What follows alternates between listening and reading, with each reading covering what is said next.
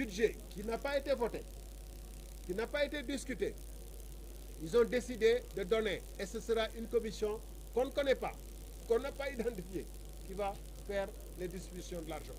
Nous espérons d'abord que ça se passera. Bon, moi je ne crois pas que ça se passera normalement. Il y a un risque, il y a un cas flagrant de conflit d'intérêts. C'est ma liberté d'opinion. Ça s'appelle dans la Constitution liberté d'opinion. Je ne pense pas que ça se passera normalement. Puisque si l'appareil, les ministères, c'est l'appareil politique de Pastef qui est là-bas. Les directions générales de protection sociale, Nangam Sangam, c'est l'appareil politique de Pastef qui est là-bas. Eux-mêmes, ils sont venus à l'Assemblée, ils ont emmené beaucoup de gens dont ils ont dit c'est des victimes. Donc ils connaissent déjà les victimes.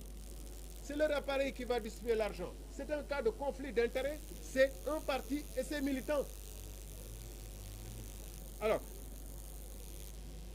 on ne peut pas espérer moins qu'un rapport exhaustif de la Cour des comptes après les observations. Sinon, ils feront moins que Macky Sall. Macky Sall au moins a fait un rapport de la Cour des comptes sur les fonds Covid. C'est ce qui nous vaut cette situation-là et ces renseignements. Je les mets au défi et les Sénégalais doivent exiger que ce que Macky Sall a fait avec le rapport Covid, en commandant un rapport de la Cour des comptes, qu'ils fassent autant. Et ils ne le feront pas. Qu'ils le fassent. S'ils ne le font pas, nous sommes en droit de penser ce qu'on veut. Et le moment venu, nous dirons ce qu'on en pense. Sur les fonds Covid toujours. Et sur le Ndampaï. Combien de mutilés de guerre on a qui, de temps en temps, manifestaient dans la rue, on leur empêchait de manifester. Des soldats qui sont morts ou blessés en Casamance, qui ont été rendus invalides en Casamance ou dans des opérations, qui réclament de l'État de l'argent et qui sont obligés de manifester. Sont-ils moins méritants de la République que des personnes qui étaient dans des manifestations politiques qui n'avaient aucune mission ni aucun contrat vis-à-vis de l'État du Sénégal? J'attends voir aussi combien la question des mutilés de guerre et des victimes comment la question des mutilés de guerre et des victimes sera traitée. Je terminerai en disant que le parquet s'est livré à ce qu'il présente comme étant une opération de clarification. Moi, j'appelle ça une opération d'obscuration ou d'obscurantisme. Nous dire une partie de la vérité pour nous empêcher de mettre le focus sur l'ensemble de la vérité s'appelle de la manipulation. La vérité, c'est qu'il y a d'autres rapports de l'IGE qui ne sont pas sortis. La vérité,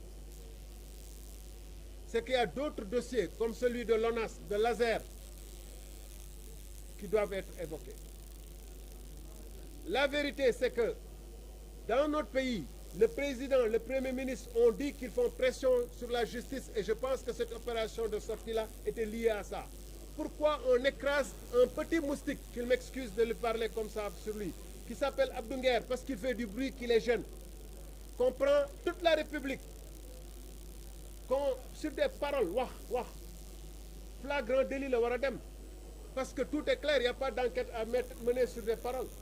On l'amène en instruction pour qu'il dorme là-bas, alors qu'un ministre a dit qu'un ancien ministre a été liquidé et personne ne l'a appelé. Vous appelez ça la justice, vous? J'appelle ça une justice sélective, une justice sur commande, et le Premier ministre l'a dit. Il entend avoir une justice sur commande. Qu'on nous explique pourquoi on arrête Abdou Nguer, ou qu'on convoque d'autres comme Cheikh Thiam qu'on a emprisonné, ou qu'on arrête Moustapha Diakhaté, qu'on menace que zéro tolérance contre d'autres, alors même que le ministre porte-parole du gouvernement s'est permis de dire qu'on a assassiné un ministre de la République et personne ne lui a posé de question. Où est la balance de la justice? Chaque fois que la balance de la justice pense d'un côté et pense toujours du même côté, ce n'est plus de la justice, c'est l'utilisation des moyens d'État pour imposer ce qu'on veut à ses adversaires. Voilà.